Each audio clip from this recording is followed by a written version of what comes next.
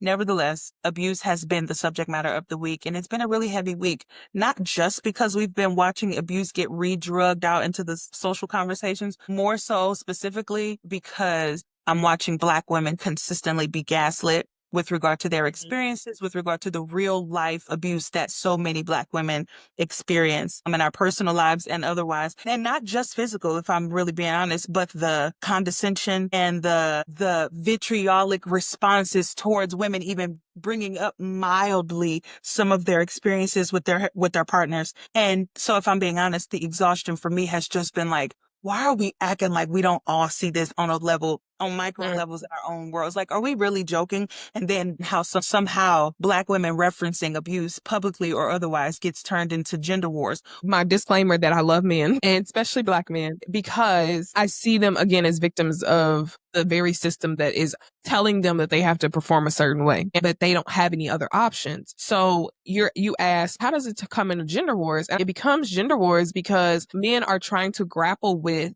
the system that they are in. It's a fine line between patriarchy and abuse, but I think patriarchy is a straight setup for abuse, right? So if patriarchy tells me that I must be the head of the household, right? I must be the person who makes the money and the provider. That's what patriarchy tells me, right? When I get so stuck into this gender role, it is a quick pipeline to get me to abuse, right? So a part of the power and control wheel is using economic abuse, preventing her or somebody from being able to get a job because I'm the man. So yes, turns into gender wars because they can probably see that some of the things that all these men of the news are doing are tied up in roles that they are supposed to also be performing. But they are seeing themselves in the people in the news. I'm going to say it less nuanced, but it's still nuanced. Tory Lanez, he's a man. He's supposed to be out here. The role of patriarchy, the role of a man is I spread my seed, I conquer the woman. You know what I'm saying? But easily that can turn into drama.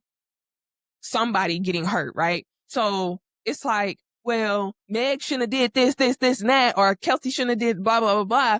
And because as a man, you see, well, I was told that I'm supposed to go out and conquer the women. So it's macho when I'm out here sleeping with Kylie, Kelsey, and Megan, right?